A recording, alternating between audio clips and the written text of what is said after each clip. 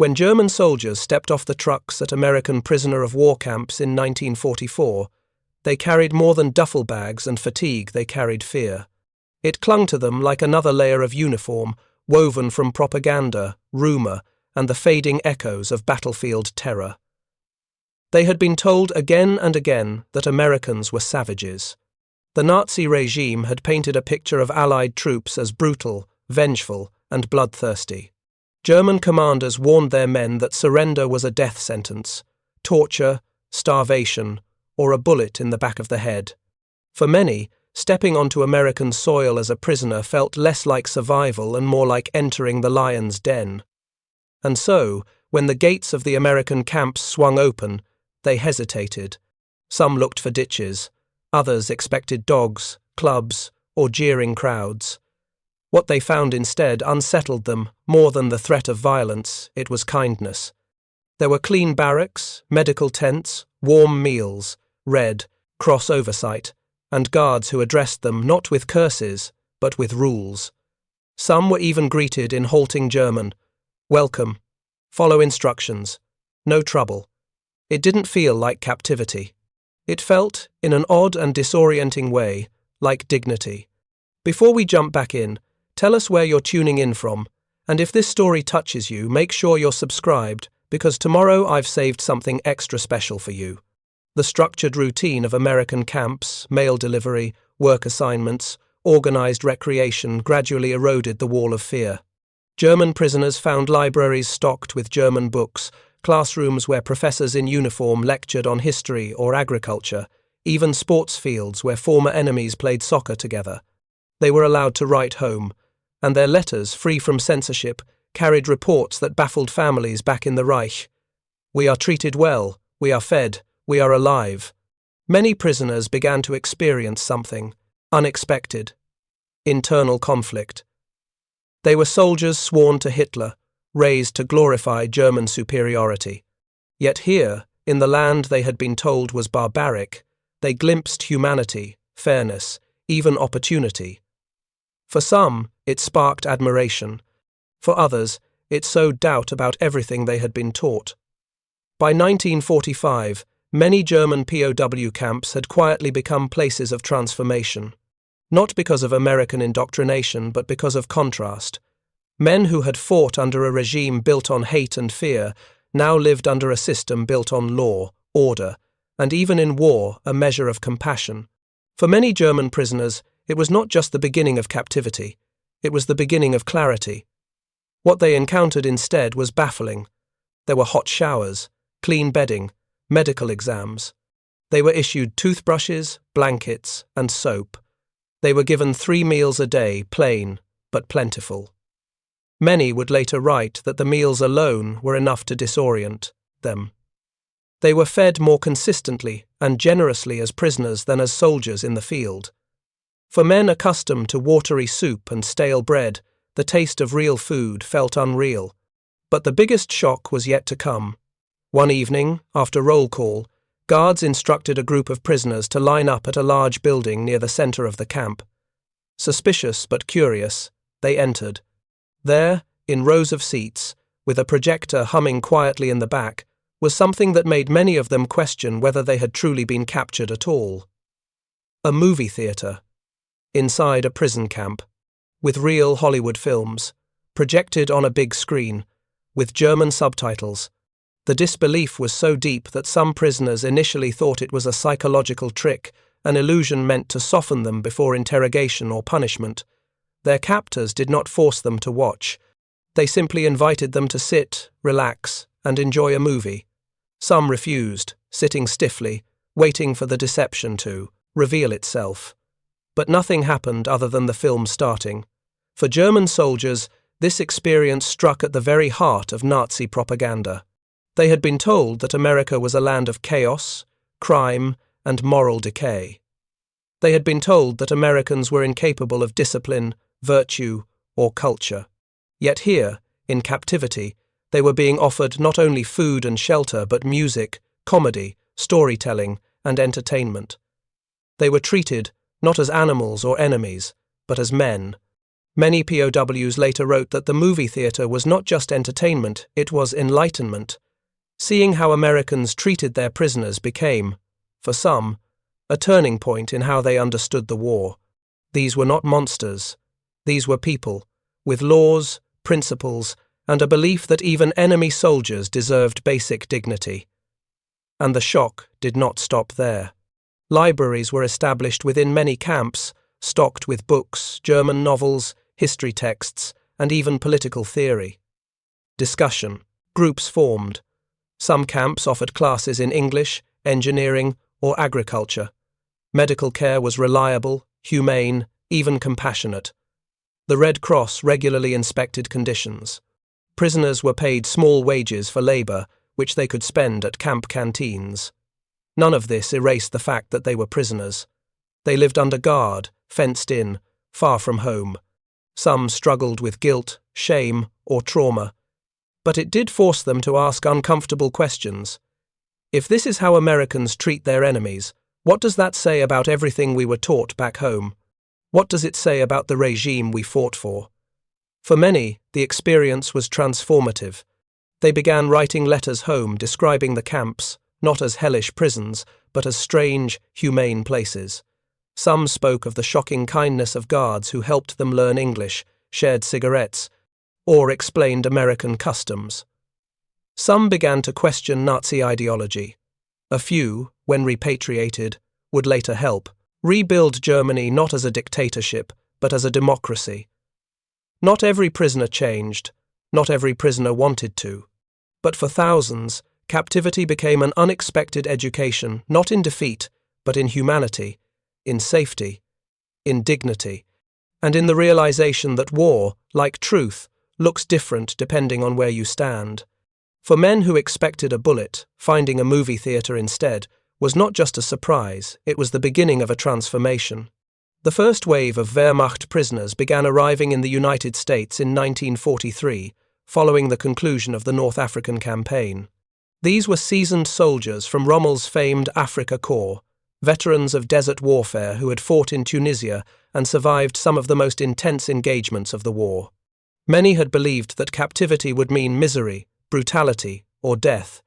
Instead, they found themselves boarding American ships, bound not for forced labor camps in Europe, but for a country most of them had only known through propaganda. The numbers quickly grew.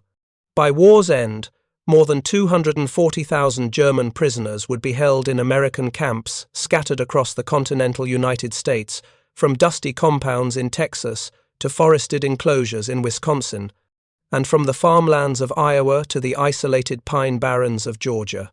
The bulk of these POWs arrived between 1944 and 1945, after the collapse of German forces in Normandy and during the Allied drive into the heart of the Third Reich. The United States War Department made a critical decision early in the war regarding how these prisoners would be treated. They would strictly follow the Geneva Convention. This choice was not merely an act of moral principle or humanitarian goodwill, it was also strategic. American military leadership recognized that the way prisoners were treated could directly influence battlefield outcomes. If German soldiers believed that surrender meant safety, food, and humane treatment, they would be more inclined to lay down their arms rather than fight to the last bullet.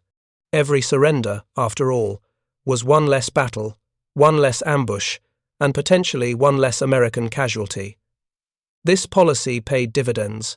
Reports of fair treatment spread quickly among German troops through letters, rumor, and first-hand accounts.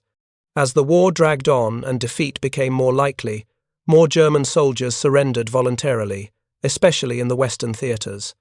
American commanders understood that treating prisoners well wasn't just about civility, it was about strategy, psychology, and preserving lives.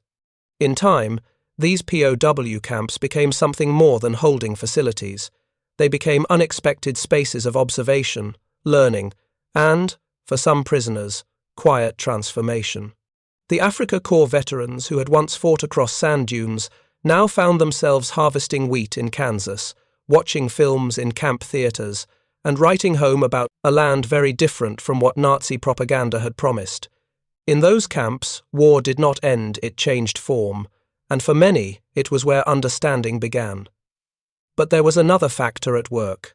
The United States government knew that tens of thousands of American soldiers were being held in German POW camps, and they wanted to ensure reciprocal treatment.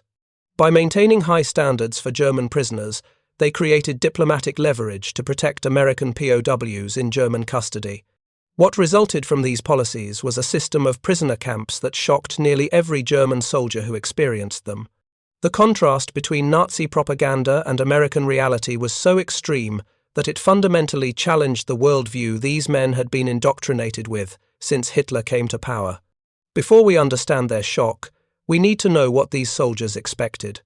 Nazi propaganda had spent years painting a picture of America and Americans that was deliberately designed to make surrender unthinkable. German soldiers were taught that Americans were mongrel savages who showed no mercy to prisoners. They were told that captured soldiers would be tortured for information, worked to death, or simply executed on the spot. The propaganda was specific and detailed.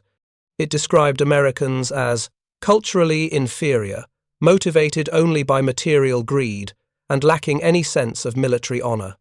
German soldiers were shown fabricated images of prisoner abuse and told stories of atrocities that never actually occurred. This propaganda was particularly intense for soldiers fighting on the Western Front. While Wehrmacht troops on the Eastern Front knew that Soviet capture often meant death or brutal labor camps, soldiers facing American and British forces received equally frightening messages. They were told there was no difference between capitalist Americans and communist Soviets when it came to treatment of prisoners. Both would show no mercy.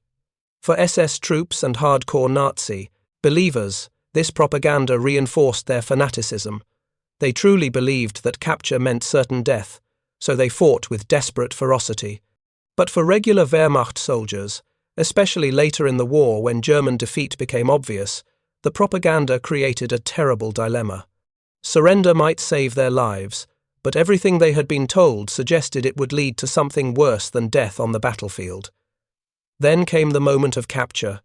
For most German soldiers, this happened during the final year of the war as Allied forces pushed through France, Belgium, and into Germany itself. The circumstances varied. Some were captured during major offensives when their units were overrun. Others surrendered when they found themselves cut off from supply lines with no hope of escape. Many simply walked into American lines with their hands up, choosing capture over pointless death. The initial moments were tense for both captors and captured. American soldiers had seen enough combat to be wary of tricks and desperate last stands.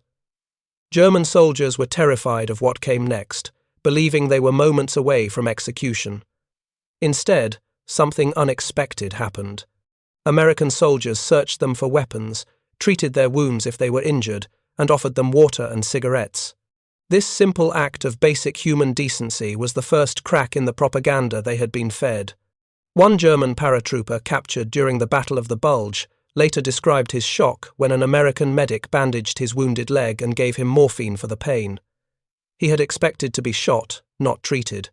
Another soldier from the Wehrmacht's 7th Army recalled that American soldiers shared their rations with newly captured prisoners during the long march to the rear. He couldn't reconcile this behavior with what he had been taught about American brutality. The processing system for prisoners was efficient and humane. Captured soldiers were documented, given basic medical examinations, and moved to collection points behind the front lines. From there, they were transported to camps in France and England for initial detention before being shipped across the Atlantic to the United States. The journey across the ocean took approximately 2 weeks. Prisoners were housed in the cargo holds of transport ships that had been modified for human transport. Conditions were cramped, but not deliberately cruel.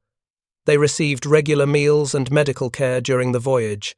For many prisoners, this was their first extended exposure to American military personnel, and it continued to challenge their preconceptions. Telling and preparing this story took us a lot of time, so if you're enjoying it, subscribe to our channel. It means a lot to us. Now back to the story. The real shock came when they reached American soil. Between 1943 and 1946, The United States operated over 600 POW camps in 46 states. These ranged from large base camps that held thousands of prisoners to smaller branch camps attached to farms and factories where prisoner labor was utilized.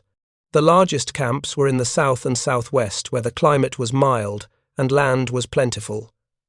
Camp locations were chosen based on several factors.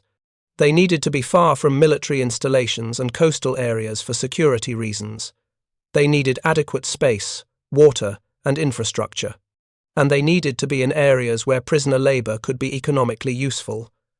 Many camps were built in rural areas where agricultural labor was in short supply due to American workers being drafted into military service. When the trucks pulled through the gates of these camps, prisoners encountered something completely outside their experience or expectation. The camps were constructed according to strict Geneva Convention specifications. They consisted of rows of wooden barracks surrounded by fences and guard towers. But unlike the concentration camps and brutal prisoner facilities the Nazi regime operated, these camps were designed for human habitation rather than degradation and death. Each barrack had heating, adequate ventilation, and proper sanitation facilities. Prisoners were assigned bunks with mattresses and blankets. The buildings were weatherproof and maintained in good repair. The shock began with the food. German soldiers arriving from the collapsing Third Reich had grown accustomed to shrinking rations and constant hunger. Wehrmacht food supplies had deteriorated dramatically by 1944, and soldiers in the field were often subsisting on minimal calories. They expected even less as prisoners. Instead, they were served 3 full meals per day that exceeded the caloric intake of many German civilians and soldiers still in the field. Breakfast typically included hot cereal, bread with butter, coffee, and sometimes eggs or meat.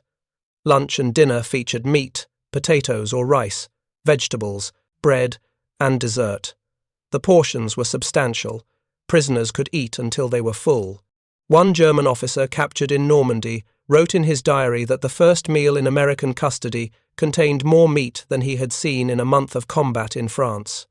Another prisoner described his disbelief when American guards told them to take as much bread as they wanted from the serving line. For men who had been hungry for months or years, this abundance seemed impossible. Many prisoners initially suspected the food was drugged, or that this generous treatment was temporary before the real punishment began. It took weeks before some prisoners accepted that this was simply how they would be fed for the duration of their captivity. The medical care was equally shocking. Every camp had an infirmary staffed by American medical personnel and often supplemented by German PO doctors. Sick and injured prisoners received treatment that was equal to what American soldiers received. One German soldier who had shrapnel wounds from artillery fire recalled that an American surgeon operated on him to remove metal fragments and provided him with pain medication during his recovery. He was stunned that his captors would expend such effort and resources on an enemy prisoner. Dental care was provided. Prisoners with tooth decay or damage received fillings and extractions. One memoir describes a German soldier who had suffered from infected teeth for over a year finally getting proper dental treatment in an American camp. The Geneva Convention required that prisoners be provided with recreational facilities, and American camps took this obligation seriously. Every major camp had sports facilities, including soccer fields, volleyball courts, and equipment for track and field events. Prisoners organized leagues and competitions between different barrack groups. Some camps built swimming pools. Others had boxing rings where prisoners could train and hold matches. But the facility that generated the most shock and disbelief was the movie theater. Camp commanders understood that keeping prisoners occupied and entertained reduced tension and prevented discipline problems. They also recognized that movies could serve a secondary purpose of cultural education, so they built theaters in nearly every major camp. These weren't crude outdoor screens. They were proper theater buildings with projection equipment, sound systems, and hundreds of seats. And they showed current Hollywood films.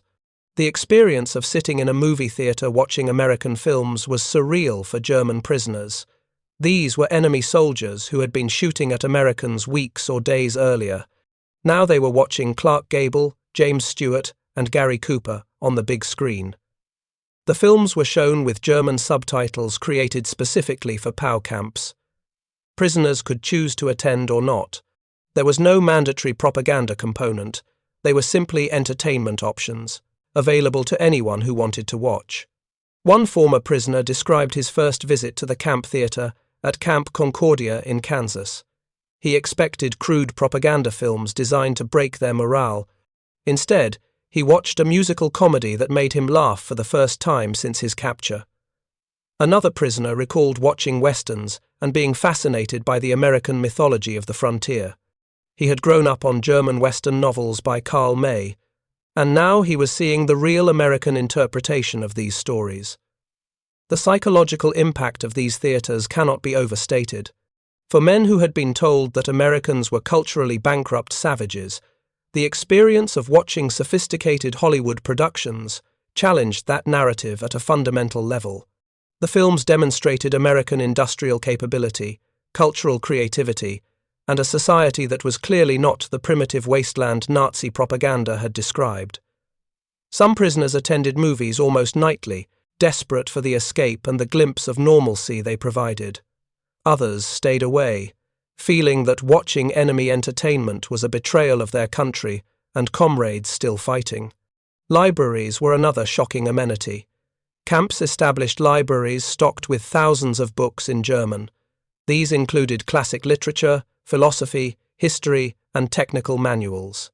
Prisoners could check out books and read in their free time. Some camps organized book clubs and discussion groups. For intellectually inclined prisoners, this access to literature and ideas was a lifeline. One German officer who had been a university student before the war spent his captivity reading extensively and later credited the camp library with preserving his sanity during the years of imprisonment. The camps also had canteens where prisoners could purchase items with the scrip they earned from work assignments. American regulations required that POWs who worked be paid for their labor. The rate was 80 cents per day in scrip that could only be used in the camp canteen. This internal currency system allowed prisoners to buy toiletries, snacks, cigarettes, and other comfort items. The canteens were stocked with an array of products that shocked prisoners accustomed to wartime scarcity.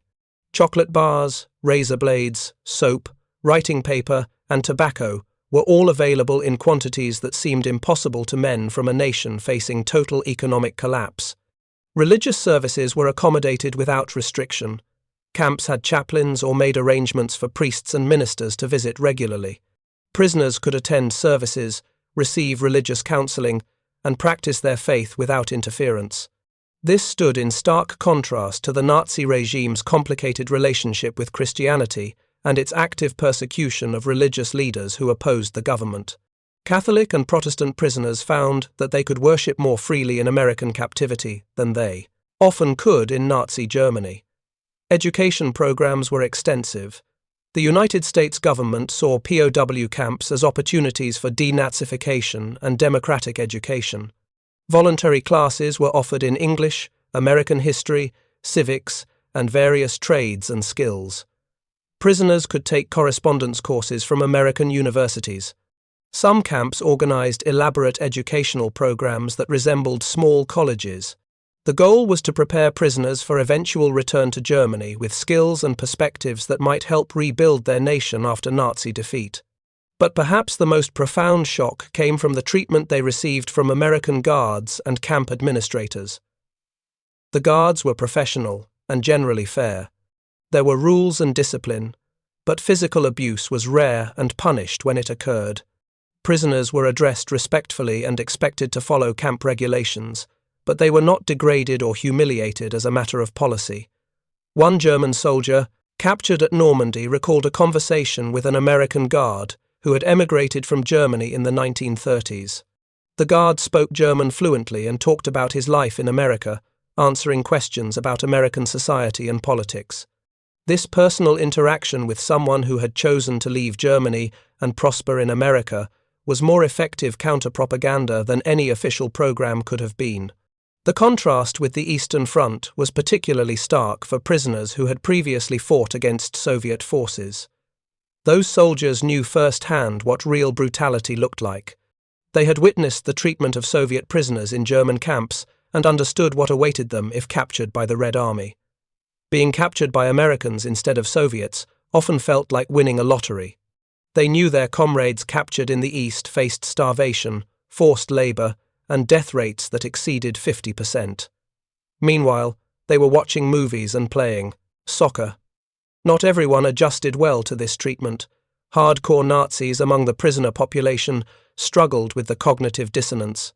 How could the enemy they had been taught to despise treat them better than their own government treated its enemies? Some resolved this by insisting that American kindness was weakness and proof of racial inferiority. They maintained their Nazi beliefs despite all evidence to the contrary. Others became depressed when confronted with the reality that they had been fighting for a regime that was objectively more brutal and inhumane than their supposed enemies. The realization that Nazi propaganda had been lies from beginning to end was psychologically devastating for some prisoners. There were certainly problems in the camp system. A minority of guards engaged in abuse that was supposed to be prevented by regulations.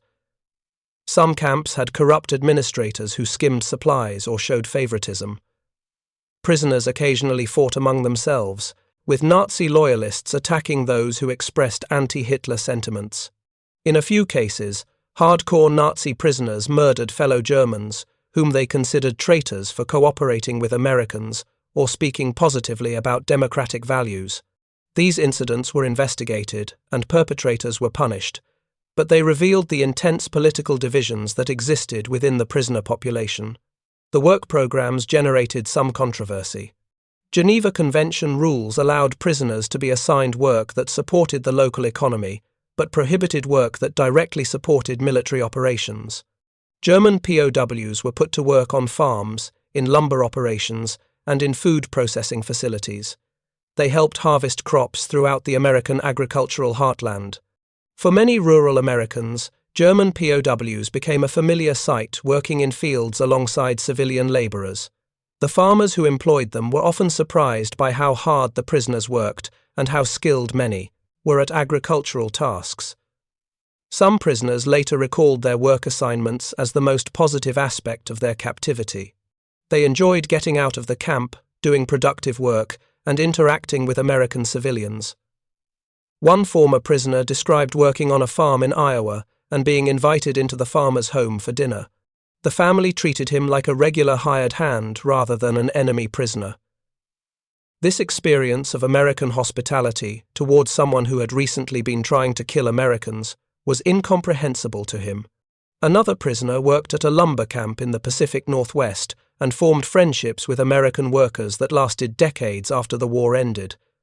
The camp newspapers were another surprising element. Prisoners were allowed to produce their own German-language newspapers under American supervision.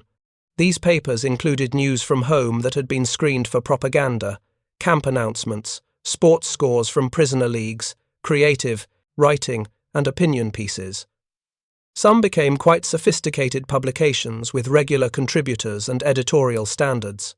The fact that prisoners had freedom to express themselves in print, even under censorship, was remarkable to men who came from a totalitarian state where independent journalism had been eliminated. Art and music flourished in many camps. Prisoners with artistic talent created paintings, sculptures, and handicrafts. Some camps organized orchestras and choirs that performed regular concerts. Theatrical productions were common, with prisoners writing, directing, and performing plays for their fellow inmates. One camp in Texas became famous among POWs for its elaborate theatrical productions that included full costumes and sets built by prisoners.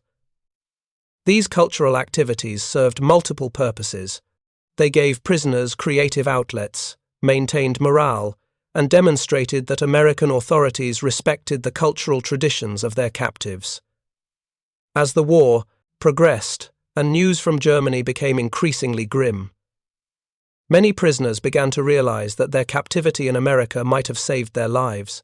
German soldiers who continued fighting faced astronomical casualty rates in the final year of the war. The Eastern Front was a meat grinder where entire divisions were annihilated. The Western Front was nearly as deadly as Allied forces closed in on Germany from all sides. The strategic bombing campaign was destroying German cities and killing hundreds of thousands of civilians. Meanwhile, German POWs in American camps were safe, well-fed, and relatively comfortable. This realization created complex emotions. Relief at having survived, mixed with guilt about being safe while countrymen suffered and died. When news of German atrocities began to reach the camps, many prisoners refused to believe it. The systematic murder of Jews, the concentration camps, the medical experiments, the deliberate starvation of Soviet prisoners, all seemed too monstrous to be real. Some insisted it was Allied propaganda designed to break German morale. But as the evidence accumulated and became undeniable, many prisoners experienced a collapse of their entire understanding of what they had been fighting for. Some became actively anti-Nazi, embracing democratic values and assisting American authorities with educational programs. Others retreated into denial or depression. A few maintained Nazi loyalty regardless of evidence. The end of the war in May of 1945 created new questions about when prisoners would return home. The process of repatriation took years. Prisoners with anti-Nazi records and those who had participated in democratic education programs were often repatriated first, as American authorities believed they would be positive influences in rebuilding Germany. Others remained in camps until late 1946 or even into 1947. During this extended captivity, many prisoners received additional education and training that they would use in post-war Germany. When prisoners finally returned home, they found a nation that had been physically and psychologically destroyed. The Germany they had left no longer existed. Cities were rubble. The Nazi regime was gone. The country was divided into occupation zones. And the full extent of Nazi atrocities was being revealed in war crimes trials. For men returning from American captivity, the contrast was jarring. They had spent years living in relative comfort while their families endured starvation, bombing, and occupation. Some faced resentment from Germans who had suffered through the war at home. Others were welcomed as survivors who had been lucky enough to avoid the worst. Many former prisoners maintained positive feelings about their treatment in American captivity for the rest of their lives. Some returned to the United States as immigrants in the years after the war. Others maintained correspondence with Americans they had met during their imprisonment. The experience of being treated humanely by an enemy challenged their assumptions about national identity, ideology, and the nature of warfare itself. They had experienced something that was supposed to be impossible according to Nazi doctrine. The enemy was supposed to be subhuman and brutal. Instead, they had found people who treated them better than their own government treated its perceived enemies. The American POW camp system during World War II stands as a remarkable historical anomaly.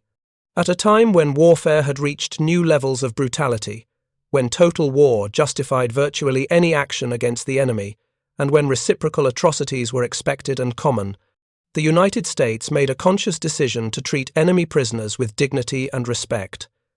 This wasn't weakness or naivete. It was a calculated strategy based on military necessity, diplomatic considerations, and a fundamental belief in certain universal human rights even, during wartime. The fact that this policy succeeded in its goals, encouraging surrender, maintaining camp discipline, and protecting American POWs through reciprocal treatment, demonstrates that humanitarian treatment of prisoners can be both morally right and strategically effective. For the German soldiers who experienced these camps, the movie theaters, libraries, sports fields, and decent food represented something more than just amenities. They represented a challenge to everything they had been taught about the world.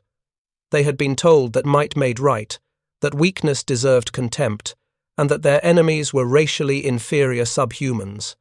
Instead, they found that their captors were strong enough to win the war, yet chose to treat prisoners humanely. They discovered that the democratic societies they had been taught to despise had built prosperous nations where even enemy prisoners had access to culture, education, and dignity. The psychological impact of this experience varied widely. Some prisoners rejected everything they had believed and became enthusiastic Democrats. Others compartmentalized their captivity as an anomaly that didn't really prove anything about the larger ideological questions. And some maintained Nazi beliefs despite all evidence, insisting that American kindness was proof of weakness rather than strength.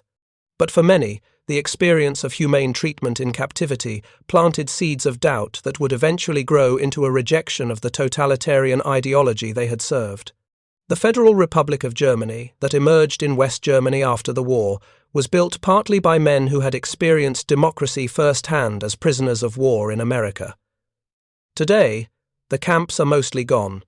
A few buildings survive as historical monuments or have been repurposed into schools, warehouses, community centers, or quiet memorial sites tucked away in the countryside. Grass grows where barbed wire once stood.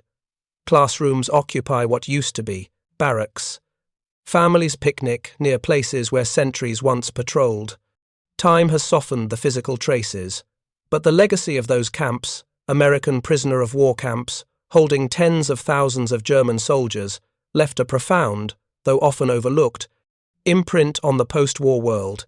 It shaped politics, attitudes, and identities. It contributed to what Germany would become after 1945, a nation rebuilt not just with aid and infrastructure, but with ideas many Germans first encountered in American custody. The men who returned from American captivity were not the same men who entered it. They carried home experiences, observations, and questions that challenged the world they had known under the Third Reich. Many had gone to war believing National Socialism was their destiny, their duty, and even their salvation. They had been told that Anglo-Americans were decadent, weak, and racially inferior. Yet in the camps, especially those in the United States, they encountered something that Nazi propaganda had never prepared them for: a free society that functioned, a democracy that did not collapse into chaos, and a culture that treated even its enemies with dignity and structure. Their time in American custody was more than mere imprisonment. It was exposure. They saw a country where rules existed not to reinforce dominance, but to prevent it. They saw guards who held authority but exercised restraint. They saw doctors who treated their wounds without judgment, teachers who wanted them to read and learn, and chaplains who spoke of forgiveness rather than superiority. They experienced a system where power was balanced, where laws protected the weak rather than empowered the strong to crush them. It was a revelation for many. For some, it ignited resentment, an uneasy realization that they had fought for a system infinitely harsher and less functional than the one that had defeated them. But for others, that realization would become transformative. When they returned to Germany, whether to the ruins of their homes in Cologne, Berlin, or Hamburg, or to the tranquil, untouched countryside, they arrived not just as conquered soldiers, but as witnesses to a different way of organizing society.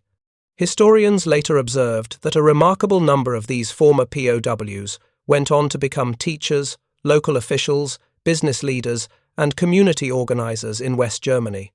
They became the very people tasked with rebuilding a society whose moral, political, and social foundations had been shattered. Many would recall the libraries in the camps, where they discovered banned authors like Thomas Mann, Albert Camus, and Friedrich Hayek. Others remembered the communal discussions, sometimes organized by American officers or civilian volunteers, where they debated ideas of responsibility, individual rights, freedom, and justice concepts that had been absent in Nazi rhetoric. These were not formal re-education programs, though such programs did exist. More powerful than lectures or pamphlets was simple lived experience. POWs saw that an enemy could be victorious without being cruel. They saw how a system based on law and democracy could defeat a system built on intimidation and fear. They had learned that decency could coexist with strength. Yet the story of Wehrmacht prisoners in American captivity is neither one of absolution nor victimhood. These were not innocent men. They were soldiers in service to a regime responsible for some of the worst crimes in human history. Some had participated in war crimes. Some continued to cling to Nazi ideology even in the camps. Some left America unchanged. But the story is also not a simple morality tale, where villains remain villains forever. This is, instead, a story that complicates the narrative. It reminds us that even those who fight for evil can learn, question, change, and at times become builders of something better. It also reveals a truth that the laws of war had long argued. Humane treatment of prisoners serves more than morality. It serves stability, reconciliation, and even future peace. When German POWs saw American movie theaters inside camps, they were stunned not by the entertainment, but by what the theaters represented: cultural access, shared experiences, and a belief that even in captivity, prisoners could remain thinking, feeling human beings. When they visited camp libraries, they not only read books, but they discovered curiosity again, something that war and propaganda had suppressed. And when they received medical care, many experienced for the first time a system where healing did not depend on ideology, rank, or race. In memoir after memoir, German prisoners noted how these experiences shook them. Some described the first time they saw an American guard help an elderly German POW carry wood. Others wrote about realizing that a camp chaplain was praying not only for Allied soldiers, but for the souls of Germans as well. These were small acts, but they echoed deeply in minds conditioned to believe that defeat meant humiliation and destruction. For some, the change was subtle, a dawning awareness that the worldview they had been given was incomplete, distorted, or deliberately manipulated. For others, it became a turning point, the beginning of their separation from the ideological grip of National Socialism. When these men returned home, their stories spread. They became living testimonials that democracy was not weakness, that order could exist without oppression, that strength did not require cruelty. In the newly forming West Germany, where the United States and its allies encouraged democratic institutions, these former POWs became some of their quietest, most effective advocates. They built schools that taught critical thinking, not blind obedience. They became local leaders who valued consensus over force. They helped shape public discussions about responsibility and memory. It is not an exaggeration to say that the experiences of German prisoners in American camps contributed to the political culture of West Germany, the culture of moderation, pragmatism, and democratic stability that defined the Federal Republic and helped it become one of the world's most stable democracies. Of course, not all embraced these ideas. Some returned bitter, blaming America for their defeat rather than questioning their own regime's failures. Others remained silent, traumatized by both their experiences at home and in captivity. And many avoided discussing their time as POWs altogether, not wanting to appear sympathetic to their former captors in a society still wrestling with its past. Still, the influence remained quiet, individual, often invisible, but undeniably present. It was present when a village council leader in Bavaria organized community meetings rather than issuing orders. It was present when school teachers encouraged open discussion instead of rote memorization. When post-war German governments accepted integration with the West instead of pursuing vengeance. The story of these camps is not about nostalgia or romanticized civility. It is about pragmatism. Humane treatment worked.